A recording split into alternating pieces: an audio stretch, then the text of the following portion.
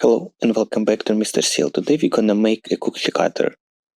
So, select the sketch. Now click on the circle. We will set the dimensions of our circle to be 5 centimeters, so 50 millimeters. Great. Now we will draw the inner diameter of the circle and we will make it 48 millimeters. Great. Click OK.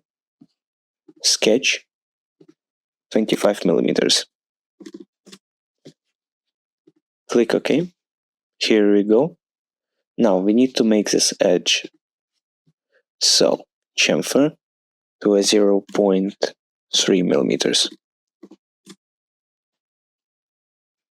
Great. Now you see these flat surfaces. This is great. Click OK. Now we will want to push on something, right? So let's add a quick addition. What we will do, we will take this outer curve tool. We will select it. We will go ahead and draw a new circle.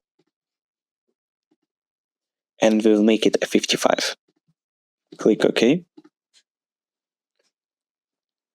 Extrude by 3 millimeters. Great. We got ourselves a perfect cookie cutter.